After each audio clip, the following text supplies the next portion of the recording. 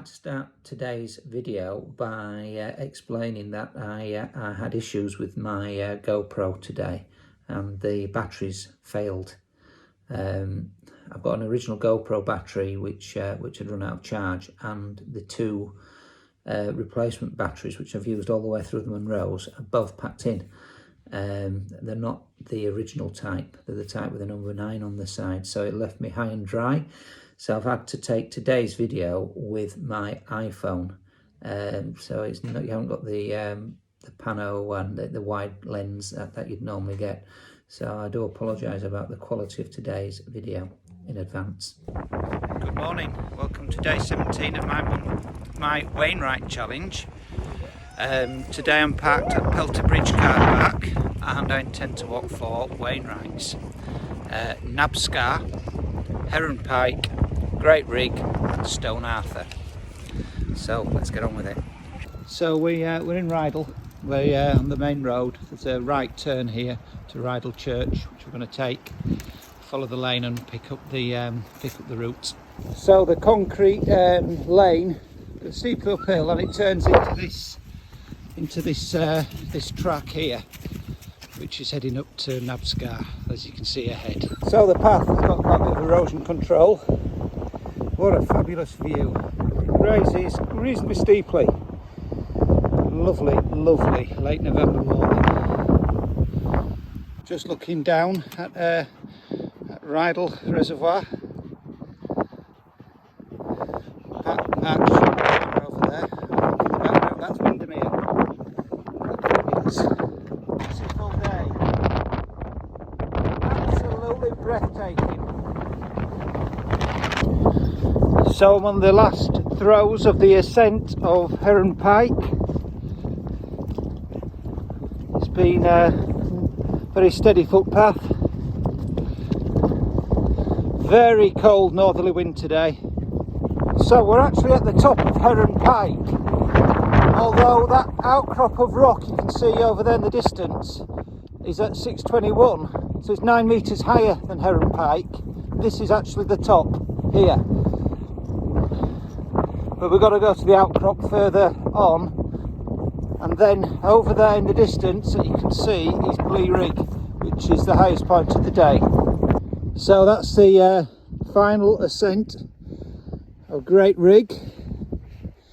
You can see a couple of people just coming off the top. The top's probably just beyond there, and then we'll drop off and we'll be heading on that ridge line down there to Stone Arthur. Fabulous. What a wonderful day. Top of Great Rig. Fabulous vista, wonderful vista. That's Fairfield over there. Now, I climbed Fairfield when I did Dollywagon Pike and St Sunday Crag, I seem to remember. Let's have a look back at where we've come from. Look at that. Isn't that wonderful? So I'm just looking back over Heron Pike and Nabscar. We came up earlier, stopped for a sandwich. What a fantastic place to stop. So I'm just walking off of Great Rig, and I've got to this cairn retracing our steps. And if you look this way, where Carrie's going now, and Mia, that's the footpath off to Stone Arthur. So we're going to head down that ridge line and head towards Stone Arthur. So I'm dropping down from Great Rig, just got out of the wind in the crags, and we're just about to descend onto Stone Arthur ahead, the outcrop of rock that you can see. Now, isn't that a wonderful backdrop? Very special November day. So this is the top of Stone Arthur. Let's get to the edge. Wow, look at that drop. It's wonderful, wonderful views. If I go this way, over here, you can see the top of Great Rig, where we dropped down from. There you go, across there. that's Heron Pike. A beautiful day. So the track follows down into that V-shaped valley just to the side of the trees down there, and then it rises up through the crags to the tarn that you can see over there, and the footpath runs around the side of the tarn and then drops again back down to where we parked the car. So that's the return route home. Just looking back up at Stone Arthur, very rugged. As I say, we've got to drop into that valley and then climb out of it again. So it's quite steep. So I've got to the bottom of the valley, and obviously it's a sign here showing you where to go next. So I'm heading back up the other side now, very steeply, up to Alcock Tarn through the crags, I'm afraid. Bit of a steep climb. So here we are, Alcock Tarn.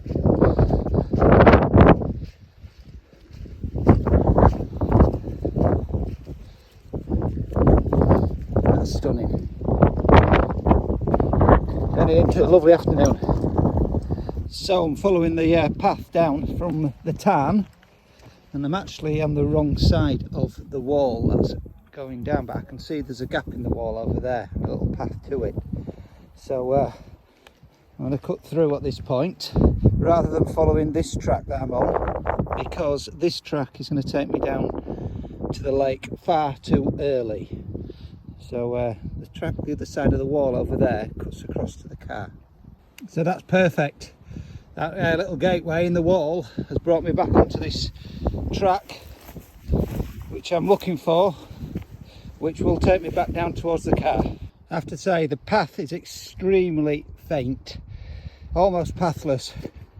Following that wall up there for a while, the wall's just veered off now, and I'm continuing on this extremely faint path through the heather and bracken and fern. I would imagine in the summer it's very difficult to spot. So here we are, good marker for you. There's a junction. You can follow the path over there if you wish, or you can follow the stream down to the small lane and hang a left, which will bring you to the same point. I'm going to follow the stream down, pick up the small lane, which will take me back to the car. Perfect. Hi, welcome to Route 17 of my Wainwright challenge. Today, 21st of November, Sunday, and I parked at Pelter Bridge car park. Absolutely fantastic day.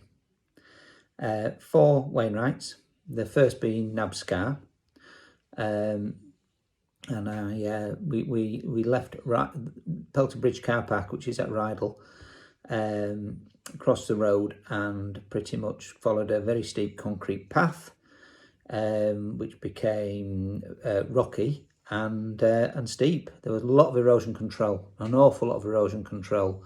Extremely popular walk. And it was steep. Up to Nabscar, it was relatively, I'd say it's the steepest section, certainly of the first 3, because effectively Nabscar, Heron Pike and Great Rig are all kind of a series of hills, all the way up, so it's stepped, if you like. So once you've got to Nabscar, which is relatively indistinct because there's a choice of 2 tops, the gradient eases ever so slightly on the route to Heron Pike, which is interesting because Heron Pike isn't actually the top. There is a mound of rocks further on, which is 9 meters higher, which is unnamed.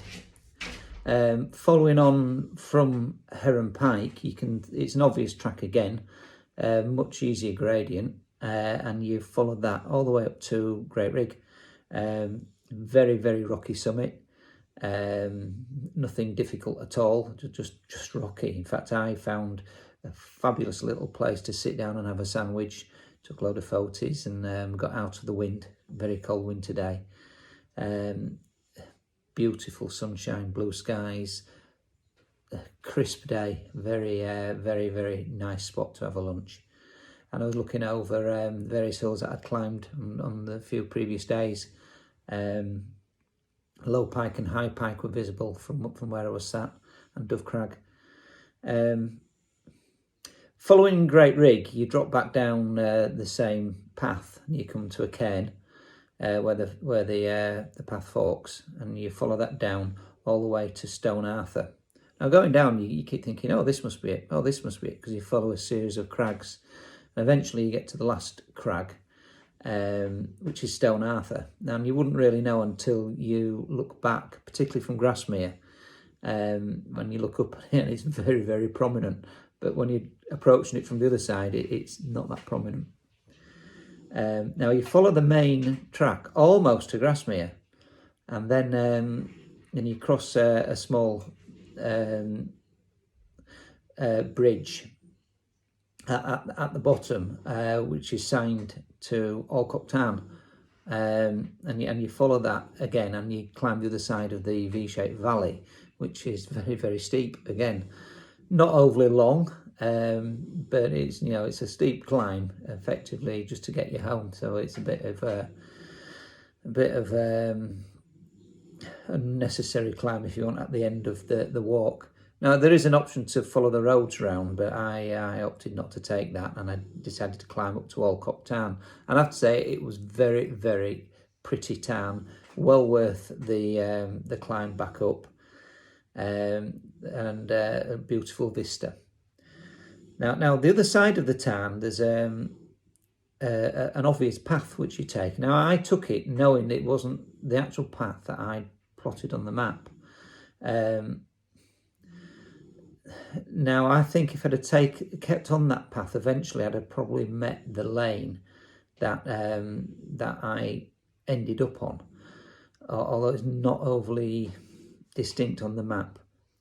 So I followed the obvious path and then skirted through a gap in a wall and found the path I needed to be on, which took me across the hillside. But it was really indistinct, very heathery, very overgrown, very difficult underfoot and very undulating.